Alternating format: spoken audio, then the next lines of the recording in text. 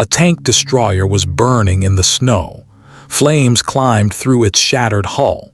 Inside the vehicle were hundreds of rounds of heavy ammunition and fuel ready to explode at any moment. Any sane soldier would have stayed away, but one man was climbing onto it. Behind him, 19 exhausted American soldiers were retreating toward the frozen tree line. In front of them, 250 German infantry supported by 6 heavy tanks were advancing across the open field. The battle was already lost. The manual said retreat. The officers who outranked him had already fallen back, but Second Lieutenant Audie Murphy had made a different decision. And for the next hour, standing on a burning vehicle that could explode at any moment, he would fight an entire enemy force almost completely alone. January 26, 1945. The war in Europe was entering its final months, but the fighting remained brutal. In the bitter winter of eastern France, American and German forces were locked in a desperate struggle along the Rhine frontier. Near the small village of Holtzwihr, soldiers of the United States Army's 3rd Infantry Division were holding a thin defensive line against repeated German counterattacks. For weeks, the men had been fighting without proper rest. Supplies were limited. Reinforcements were scarce. Among the units holding that fragile line was Company B. At the start of the day, the company had more than 100 soldiers. By noon, that number had been reduced to just 19. Artillery fire had ripped through their positions. Mortars shattered trees and trenches.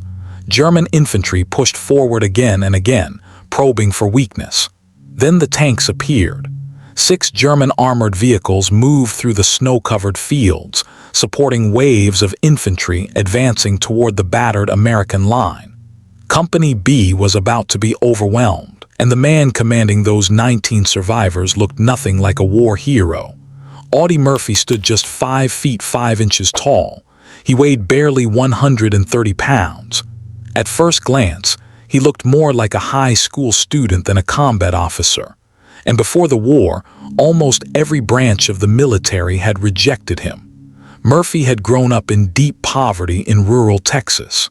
When his mother died and his father abandoned the family, the young teenager was forced to help support his younger siblings. Education ended early. Opportunities were almost non-existent. When the United States entered the war after Pearl Harbor, Murphy tried to enlist. The Marines rejected him. The paratroopers rejected him. Even the Army initially refused him for being too small. Eventually, he managed to join the infantry by lying about his age. Even then, many officers doubted he would survive combat. Yet by 1945, Murphy had already proven them wrong many times. He had fought across North Africa, Sicily, and Italy. He had been wounded several times. He had earned multiple decorations for bravery, but nothing in his previous service compared to what he was about to face near Holtzwihr. The German counterattack that morning had been carefully planned. First came artillery. Shells crashed into American positions, destroying weapons and communication lines. Trenches collapsed. Trees exploded into splinters. Then came the infantry. Experienced German soldiers, many of them veterans of the brutal Eastern Front, advanced methodically across the open ground. Finally came the tanks, heavy armored vehicles capable of crushing resistance that survived the bombardment. By midday, Murphy could see the reality of the situation. His company was nearly destroyed. 19 men remained, and 250 enemy soldiers supported by tanks were closing in. The logical decision was obvious. Retreat. Murphy ordered his men to fall back into the nearby woods. They were exhausted, wounded, and nearly out of ammunition. If they stayed in the open, they would be annihilated. But Murphy himself did not retreat with them. Instead, he turned toward a destroyed American vehicle nearby, an M10 tank destroyer. Moments earlier, it had been hit by a German 88mm shell. The explosion killed most of the crew instantly. The surviving crewman had barely crawled from the wreck before collapsing in the snow with his uniform on fire. Murphy helped drag the wounded man to safety. Then he looked back at the burning vehicle. Flames were spreading through the engine compartment. The hull was full of fuel and ammunition that could detonate at any moment. The vehicle was essentially a massive bomb with a burning fuse, but one thing still worked. Mounted on the turret was a powerful .50 caliber machine gun. Murphy immediately understood the opportunity. From the height of the turret, the machine gun could reach German infantry at long range. It could provide suppressive fire while his remaining men escaped into the trees. And perhaps most importantly, the Germans would never expect anyone to climb onto a burning vehicle and use it as a firing position. Murphy ordered his men to withdraw. Some of them protested. Their lieutenant was about to stand alone against tanks and hundreds of enemy soldiers. But Murphy pulled rank and repeated the command: "Fall back, take cover, wait for his signal." Then he climbed onto the burning M10. Smoke curled around him as flames spread behind the turret. He grabbed the handles of the machine gun and aimed toward the advancing German infantry. Moments later, the first enemy soldiers appeared through the drifting snow. They were confident. They expected little resistance from what remained of the shattered American company. Murphy squeezed the trigger.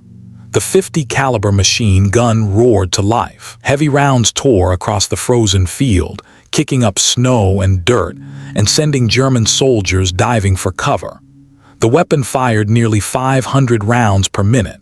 Each bullet carried enormous power and range. The first burst cut down several advancing soldiers instantly. The rest scrambled for protection. But Murphy was completely exposed. From the waist up, he stood silhouetted against the flames of the burning vehicle. Every German soldier on the battlefield could see him. Bullets began snapping through the air around him. Machine gun tracers streaked across the snow. Rounds struck the armor of the tank destroyer, ringing like hammer blows against metal. Still, Murphy kept firing. Soon the German tanks joined the fight. Turrets rotated toward the burning vehicle. The first tank fired. The shell screamed overhead and exploded in the trees behind Murphy. He never flinched. Instead, he continued firing at the advancing infantry. Another tank fired. The shell struck the ground nearby, throwing frozen dirt and shrapnel into the air. Fragments tore into Murphy's leg. Blood began running down his calf, but he did not leave the turret. Instead, Murphy reached for his radio. He contacted an artillery observer positioned several miles behind the front lines. Murphy gave the coordinates for an artillery strike. The observer paused, because the coordinates Murphy had given were his own position. The observer asked him to confirm. Murphy answered calmly, "I know exactly where I am. Fire the mission." Moments later, artillery shells began crashing down around the battlefield. Explosions ripped through the snow-covered field just yards from the burning tank destroyer. German infantry suddenly found themselves caught between machine gun fire and incoming artillery. Men dove into shell craters seeking cover. The advance stalled, but the tanks kept moving. Their armor protected them from artillery fragments. Murphy knew his machine gun could not penetrate their armor.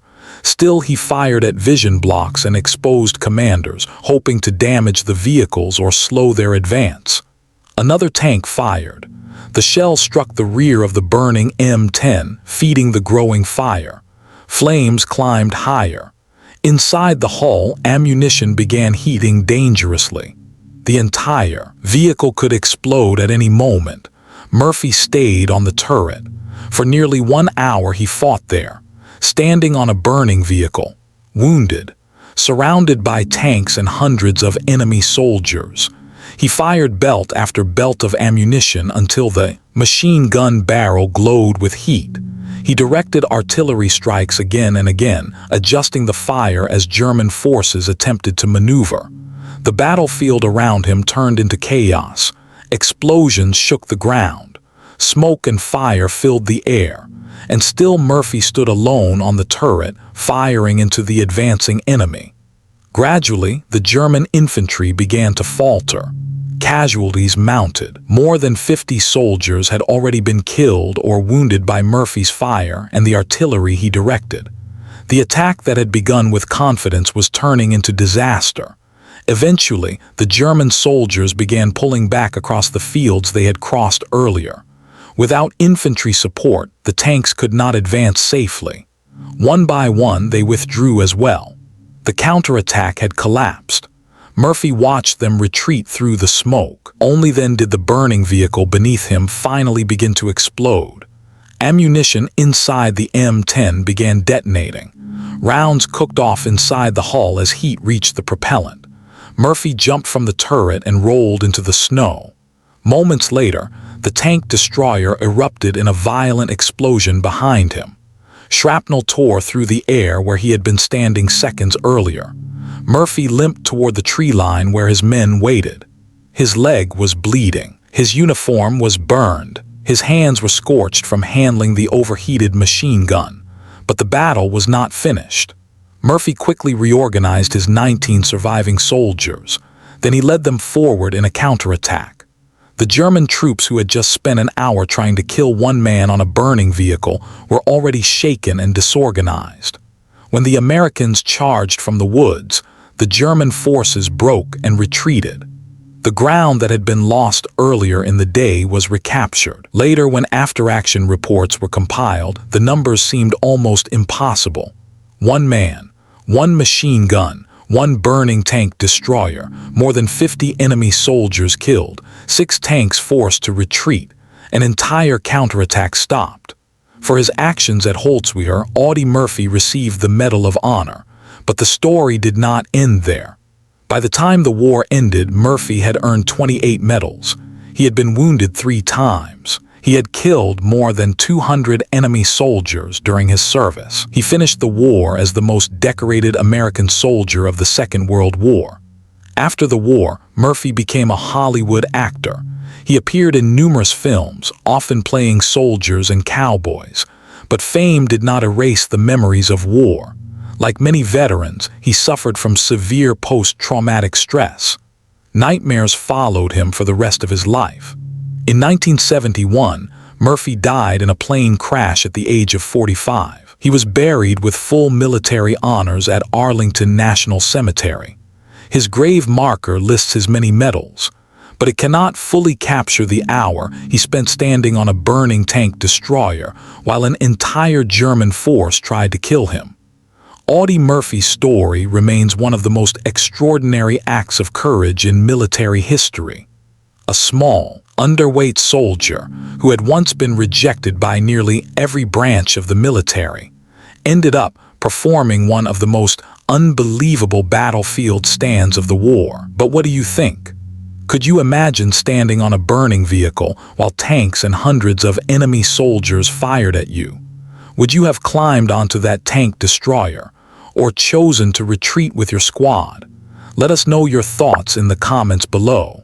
And if you enjoy powerful true stories from history, make sure to subscribe for more documentary stories like this every week.